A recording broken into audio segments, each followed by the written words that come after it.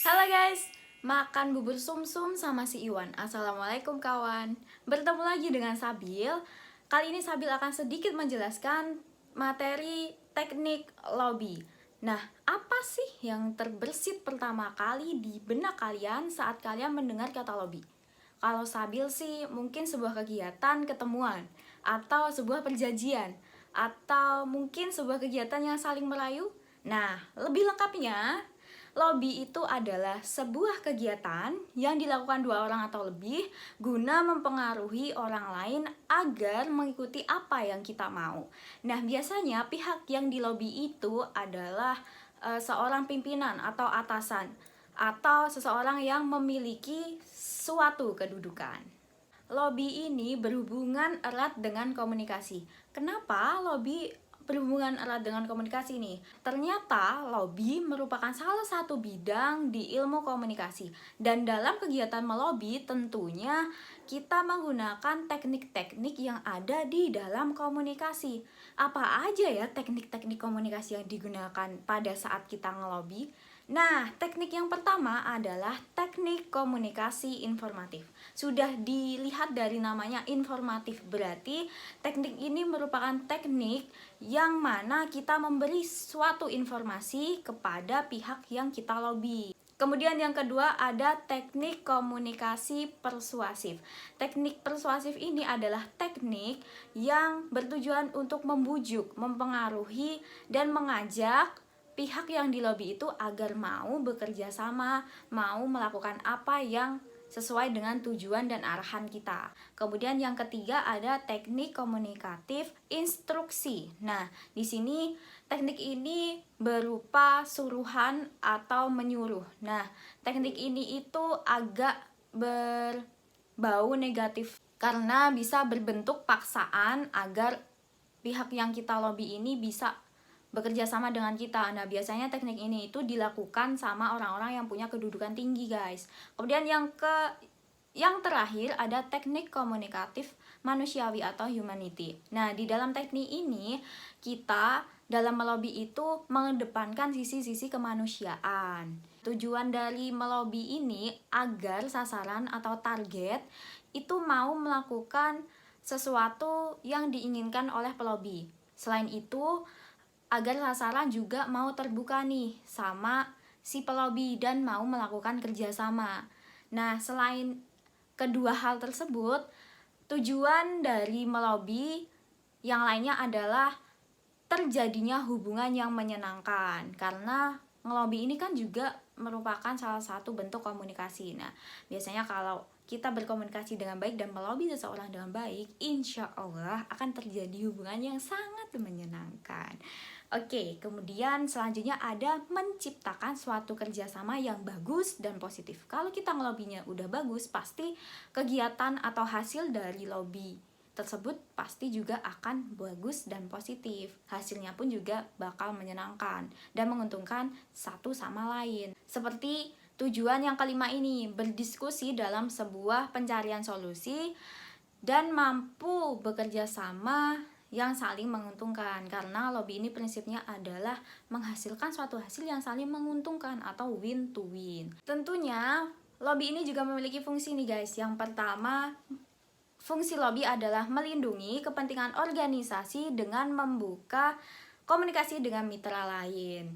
Nah, setiap organisasi atau institusi itu pasti ada kepentingan juga, entah itu pengembangan SDM atau pengembangan apapun yang berkaitan dengan organisasi itu tentunya membutuhkan sebuah partner nih, partner yang bisa mendukung dan membantu proses pengembangan di setiap organisasi itu. Kemudian nomor 2, membangun koalisi. Kalau kita udah melobi dan berkomunikasi dengan baik, akan terhubung juga dengan baik. Nah, hubungan yang baik itu nantinya akan menjadi koalisi yang baik juga antara organisasi satu dengan organisasi yang lain. Kemudian ada wujud rasa toleransi antara pelaku komunikasi. Selain kita bisa cakap dalam berbicara dan merayu, tentunya dalam lobby ini juga dibutuhkan sebuah sikap yang toleran atau bisa menghargai satu sama lain agar tidak tercipta rasisme atau masalah baru. Kemudian yang terakhir ada mengumpulkan informasi dan mempersiapkan laporan untuk legislator yang mewakili posisi organisasi dalam isu-isu kunci. Lobby juga punya komponen-komponen nih guys. Yang pertama ada pelobi sebagai komunikator. Nah, pelobi ini tugasnya adalah menyampaikan informasi apa sih yang dimau si pelobi, apa sih tujuan kita ngelobi, nah kayak gitu. Kemudian yang kedua ada pesan atau informasi. Ya seperti yang Sabil katakan tadi, kalau melobi itu pasti ada komunikasi. Nah, apa yang dikomunikasikan? Yaitu pesan atau maksud atau informasi. Terus yang ketiga ada target atau sasaran nih. Ya kali ngelobi nggak ada yang di lobby ya kan. Aduh kayak apa aja. Terus yang keempat ada efek atau hasil kegiatan. Nah nanti kalau udah ada kesepakatan di lobby ini nanti biasanya nih ada langkah selanjutnya atau jenjang ke selanjutnya. Jenjang ke lebih serius. Aduh.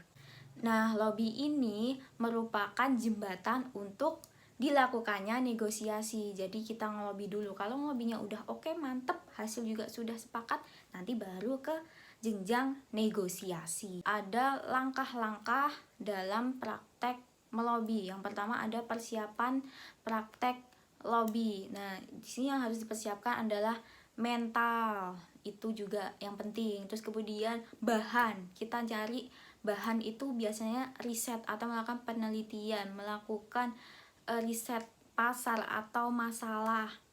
Terus bagaimana sasaran kita, bagaimana keadaan perusahaan yang akan kita lobby, nah kayak gitu. Kemudian nomor 2 adalah menentukan ukuran atau target pencapaian goals. Jadi melobi itu nggak selamanya sekali jadi guys, bisa berulang-ulang, bahkan banyak banget jumlahnya gitu. Jadi kalian juga harus menentukan target nih. Misal lobby hari pertama, paling nggak itu pihak yang kita lobby udah tahu lah tujuan kita.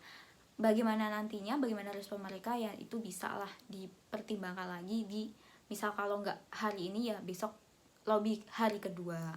Terus yang ketiga ada pemahaman atas sasaran lobby nih. Kita juga harus tahu, kita juga harus paham dong sasaran yang akan kita lobby. Jangan misal nih, jangan kalian ngelobi guru olahraga yang jago olahraga untuk ngisi materi seni budaya, ya nggak cocok dong.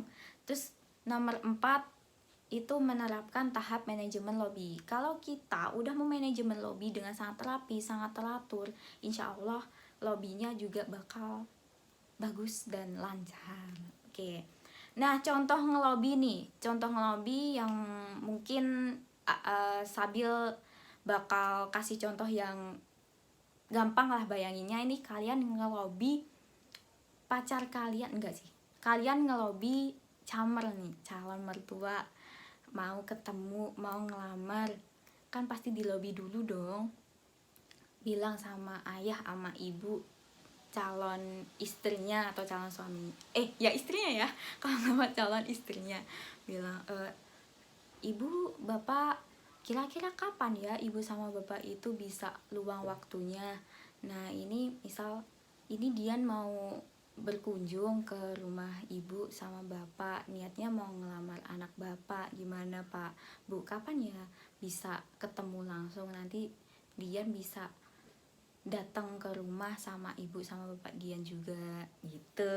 Nah itu contoh yang pasti kalian bisa langsung paham lah ya. Menjadi seorang pelobi itu pasti ada banyak saingannya.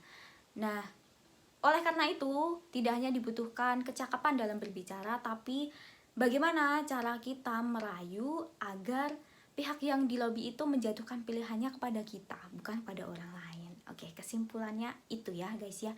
Nah di setiap perjumpaan pasti ada perpisahan.